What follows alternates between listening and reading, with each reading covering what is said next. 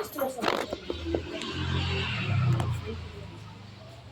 ಇವರಿಗೆ ಮಗು ಇಲ್ಲ ಅಂತ ಹೇಳಿ ದೇವಮ್ಮ ಹತ್ರ ಬಂದು ಪ್ರಾರ್ಥನೆ ಮಾಡಿದ್ರು.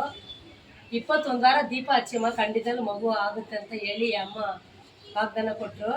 ಅದೇ ಥರ 13 ವಾರ ಆಯಿತು.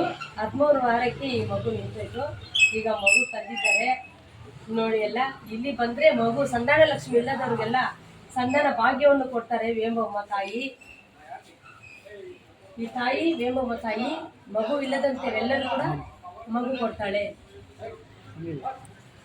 இந்த அம்மாவுக்கு வந்து குழந்தை இல்லாத இருந்துச்சு. இந்த அம்மா கோயிலுக்கு வந்து இது குழந்தை இல்லைன்னு அம்மா சொன்னதுக்கு அம்மா வாக்கு கொடுத்தா. இந்த இடத்துல வந்து 21 வாரம் தீபம் ஏற்றி வழிபாடு செய்யுமாங்களே, உங்களுக்கு கண்டிப்பாக குழந்தை நடக்கும்னு. அதே மாதிரி 13 வாரத்துலேயே அம்மா குழந்தை நினைச்சு இப்போ குழந்தை பிறந்து எடுத்துன்னு வந்திருக்காங்க. இன்னும் 7 வாரம் கடனை தீர்த்து வந்துருக்குறாங்க. அம்மாவுக்கு மடி கட்டி அம்மனுக்கு பூஜை செஞ்சுருக்காங்க. அம்மா ಅಮ್ಮ ನೀವು ಹೇಳಿ ಅಮ್ಮ, ಹೇಳಿ ಅಮ್ಮ ಹೇಳಿ. ದೇವರಿಗೆ ಬೇಡ್ಕೊಂಡ್ರೆ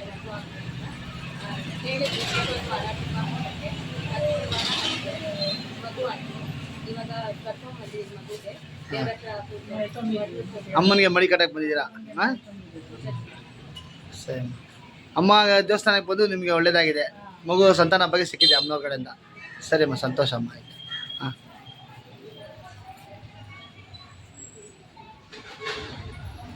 ಹಾಂ ಈ ವಾರ ಮದುವೆ ತಾಯಿ ಇದ್ದಾಳೆ. ಅಮ್ಮ ಏನು ಕೇಳಿದ್ರು ಕೊಡೋಂಥ ದೇವತೆಗಳು. ಶತ್ರುಗಳು, ಸಾಲ, ನೋವು, ಕಷ್ಟ, ಮನೆ ಇಲ್ಲ ಅಂದರೂ ಕೂಡ ಸ್ವಂತ ಮನೆ ಇಸ್ಕೊಡ್ತಲ್ಲ ಅಂತ ಶಕ್ತಿ ಇದೆ ಇಲ್ಲಿ. ಎಲ್ಲರೂ ಕೂಡ ಬಂದು ವೇಮಮ್ಮ ದೇವಸ್ಥಾನದಲ್ಲಿ ಬಂದು ವಾರಾಯಮ್ಮನ ಪೂಜೆ ಮಾಡಿ ಒಳ್ಳೆಯದಾಗುತ್ತೆ.